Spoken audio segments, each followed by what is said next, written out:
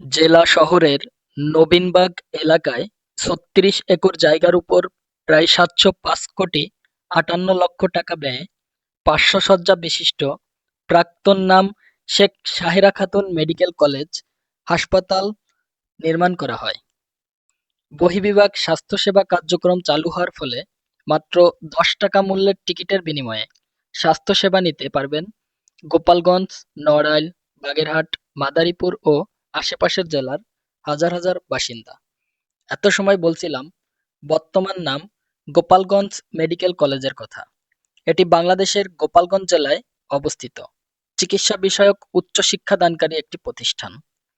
সরাসরি সরকারি ব্যবস্থাপনায় পরিচালিত এই প্রতিষ্ঠানটি ২০১১ সালে প্রতিষ্ঠিত হয়, যা বর্তমানে দেশের একটি অন্যতম প্রধান চিকিৎসা বিজ্ঞান বিষয়ক শিক্ষা প্রতিষ্ঠান।